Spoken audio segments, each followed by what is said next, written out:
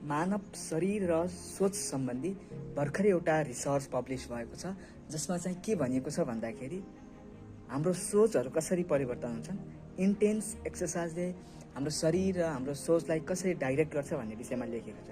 जब मान्छे intense workout अथवा intense exercise अथवा शरीरमा पसिना बग्ने गरी जब एक्सर्साइज गर्छ, तब उसको मनस्थिति परिवर्तन हुन्छ, उसको माइन्डसेट परिवर्तन हुन्छ र उसको शरीर त परिवर्तन हुने भइहाल्यो।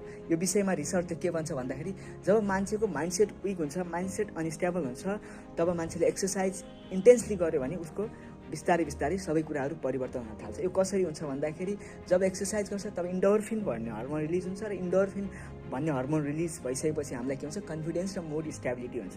र बायोलोजिकल्ली अथवा फिजियोलोजिकल्ली के हुन्छ भन्दाखेरि हाम्रो शरीरको गट ब्याक्टेरियाहरू पोजिटिभ फर्ममा उनीहरूले काम गर्न थाल्छन्। भन्नुको मतलब हाम्रो ब्याक्टेरियाहरू हुन्छ, गट भन्नाले हाम्रो यो लाइनिङमा, हाम्रो यो स्टोमक लाइनिङमा ब्याक्टेरियाहरू हुन्छन्, त्यो ब्याक्टेरियाहरूले के हुन्छ, पोजिटिभ वेबाट काम गर्न थाल्छन्।